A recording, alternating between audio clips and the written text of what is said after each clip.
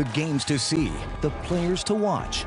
Friday night, Beyond the Lights starts now. Ladies and gentlemen, it's Friday night Beyond the Lights, and wow, it feels good to be back behind the desk. This is the first time since 2019 that we're doing this, and that's because it's the first time in 23 months that there's a regular season of high school football. And regular season is what we hope it will actually be after all the changes that we're all too familiar with from COVID-19 bringing over the past year and a half. So from now until the end of the broadcast, I give you permission. Take the moment to sit back, relax, and enjoy the highlights, previews, and interviews because it's finally happening. All right, let's do this. Whitesboro football is coming off a strong March season where they went 4-1, and the Warriors appeared in the playoffs the year before that. So trying to appear again tonight at Christian Brothers Academy, and Whitesboro comes out firing. That was Colin Skirmont connecting with Deshaun Hutchinson all the way to the house, 7-0. CBA took the lead by 1 point, but then Whitesboro does it again. Kyle Mayer this time gets the grab. So Whitesboro was up 12-0 in the second, but falls behind by 2 at the half. CBA comes storming back after that, and the Warriors fall 33-18. In Class B, Central Valley Academy hosting Marcellus. On the first play of the game, senior Xavier Howard, had an interception return for a touchdown. Marcellus tied it up, and on the kickoff here, Howard takes it 90 yards back to the end zone. 14-7 Thunder. And then the Marcellus wound up getting on their goal line, threatening close, and CVA looking for more defensive magic and gets it. Junior Nathan Shaver there comes up with a fumble. And then the first CVA snap was after that, 5 minutes left in the second quarter. And then deja vu, another defensive miracle there to keep Marcellus from scoring again on the goal line. So Marcellus does score, but right there, it's a blocked point after touchdown to make it 14-13, and that's the final score. The defense for Central Valley Academy was booming for the Thunder, and that was the difference to win by 1. In Class C, Little Falls hosted CANASTOTA in a Class C2 matchup. Late in the first quarter on 2nd and 10, Ricky Smith, the quarterback, passes to Logan Frederick. A huge pass to keep the Mounties climbing. Then a minute later, Smith, again, looking deep. No one other than Frederick. They've established that connection already. That's the touchdown. CANASTOTA did take a 20-8 lead into halftime. The Mounties end the game with 16 points in a row, though. It was Brayton Langdon and Mason Rowley who each got touchdowns plus 2-point conversions. So Little Falls holds on to win it 32-28. So after a short break, we'll have more highlights from tonight's high school football games, too. And you're going to want to see these because they were pretty incredible later on. Stay tuned.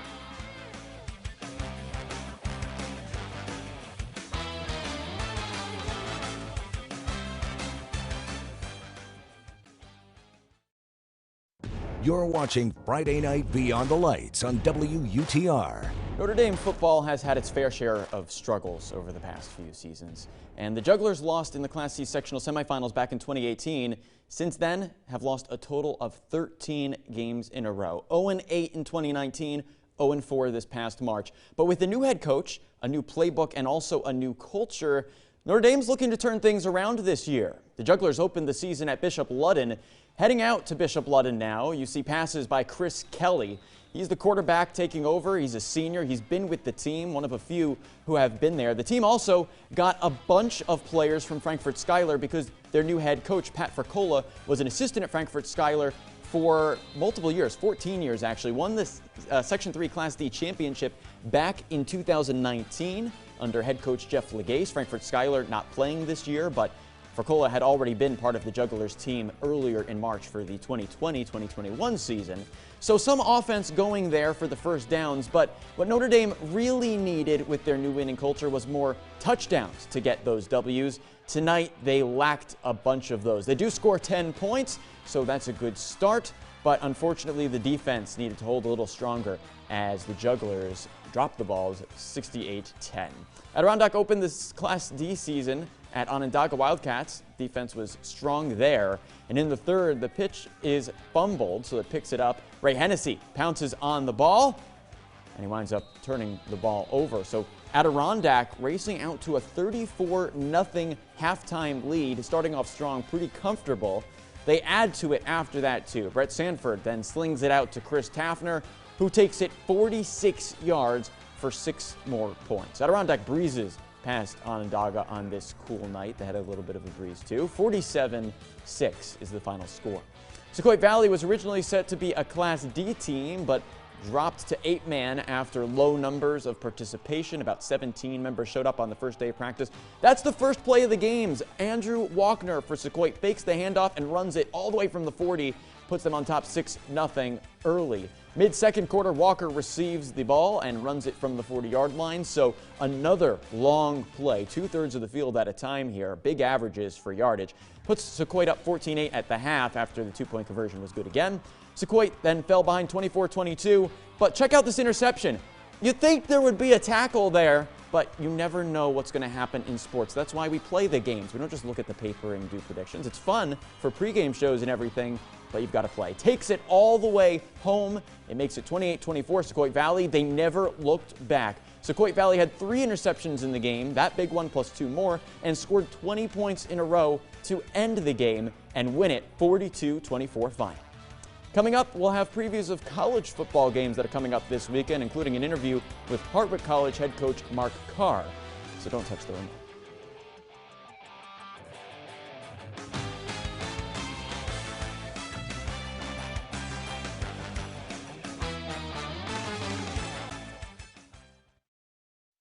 You're watching Friday Night Beyond the Lights on WUTR. Football is back in full force, and that includes college football too. In the Mohawk Valley, we're fortunate to have multiple college teams at various levels of competition, from Division III to Division I.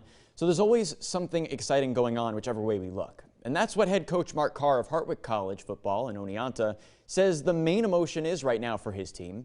The Hawks open up their season tomorrow afternoon, and Carr says that there's one thing, plain and simple, that is exciting the team the most. Playing. I mean, just literally getting out and letting our kids play. You know, I'm really happy for them. And you know, this is their time. You know, I've told guys this, I've coached college football for 31 years, right? And this group of guys haven't played and they haven't had their time yet. So I'm really excited for our guys to be able to get back on the field. It's unbelievably exciting. So just kind of getting yourself back in the even keel, because, you know, it's honest. We're less than 40 hours away from a real game that we haven't played in almost 2 years. And so it's super exciting. I mean, I'm feeling it, our coaches are feeling it, our players, and so just trying to, you know, come in and like I said, even things out a little bit is probably the most challenging thing. We're very inexperienced, and so we're really just sticking to the fundamentals and the basics. You know, we're really not expanding into our defenses and offense too deep at this point. So we're really just got to make sure we're good at tackling. You know, we haven't done it in 2 years. You know, blocking, throwing, catching, you know, all the fundamentals. So we've really been focusing on that throughout camp. It's just an opportunity for us to really never forget the basics of football, right? So we're, you know, this is an opportunity because we're so young and because of COVID and things that, you know, the situation we find ourselves in.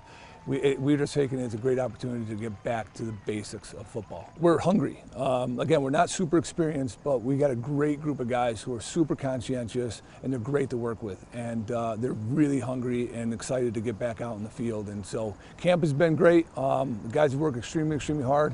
And, you know, we're trying to put the final pieces together, and we'll be ready for Saturday.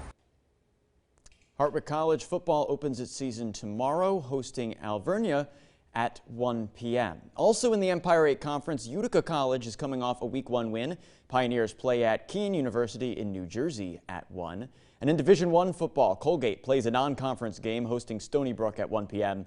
Still looking to score its first points of the season, though, after being blown out 51-0 last week by Boston College.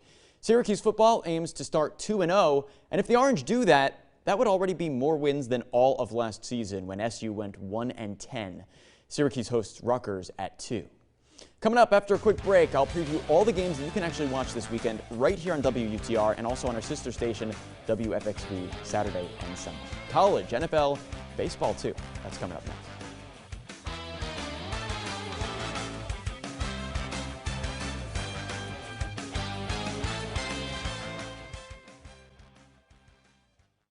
This is Friday Night Beyond the Lights on WUTR. Beyond the lights and also beyond just today, too. Sports are going on this weekend. Plenty of games you can catch right here on WUTR and on our sister station, WFXV. So let's run through the full slate for you. Tomorrow on WUTR, some regional matchups. Florida at South Florida at noon. Iowa at Iowa State at 4:30. Washington at Michigan is at 8 o'clock to cap off the nightcap here on ABC. On our sister station, WFXV, Oregon at Ohio State at noon, Texas A&M at Colorado at 3:30, and then capping off the night on WFXV, 10:30 p.m. if you're up that late. I mean, you're up now. Stanford at USC. In baseball, too, on WFXV, we throw that into our Friday Night Beyond the Lights tomorrow. It's Game 2 of the Subway Series. Both the teams continue their playoff pushes at 7:40. The Mets won tonight. What will happen tomorrow in New York? And on Sunday, NFL games, Eagles at Falcons, 1 p.m., Broncos at Giants, 4:25. And not on our channels here. You'll still be able to watch it, though. It is a New York team. On Sunday, the New York Jets play at the Panthers. It's rookie quarterback Zach Wilson's NFL debut. So who knows? I don't want to say this, Jamie, but maybe he's the next Tom Brady, and he'll win the AFC, and it'll be great. Did I just hurt your soul I don't think with that? so. You didn't hurt my soul, but I'd be surprised. And if you don't know, Jamie is from the Boston area, and we get to arguments about who's better number 12. You know, Aaron Rodgers, my guy from the Packers and everything. Tom Brady. Tom Brady. He did pretty well already, though, this past week. So as we can see, it's outdoor sport. So, Dan, why don't we take a final look at the weather for what we'll see in our so area. as we head into this weekend, we'll have a mix of cloud, sunshine, as well as some rain showers. We'll have mostly sunny skies for Saturday. So if you have any outdoor activities or plans, Saturday is definitely the time to do it, while temperatures in the mid-70s there. As we head into Sunday, a cold front is going to be sweeping through in central New York State, and that's going to bring some scattered showers throughout the day, as well as a chance to see some thunderstorms later in the day and in the evening hours. So we'll be watching that closely for you. As we head into Monday, the start of next week, we're going to be kicking it off with partly cloudy skies. So we'll have some dry time before we get our next round of showers on Tuesday and Wednesday. So midweek next week, there is a chance to see some severe weather on Wednesday too. And then as we head into Thursday, Friday, the end of next week, we'll have some drier conditions, temperatures in the mid to upper 70s. Now it could be that we could hit 80 degrees on one of those days. And like I said before, in my extended forecast, we do have temperatures that are going to be on the warmer side, so warmer than average as we head to the next several weeks. So it looks like summer is still holding on. Yeah, finally. But you know, fall's here, fall sports, summer weather, that works for me. So thank you, Jamie. Thank you, Dan. Really appreciate it. And everyone, thank you for joining. Friday Night Beyond the Lights is finally back. So as always, stay friendly. Have a great weekend.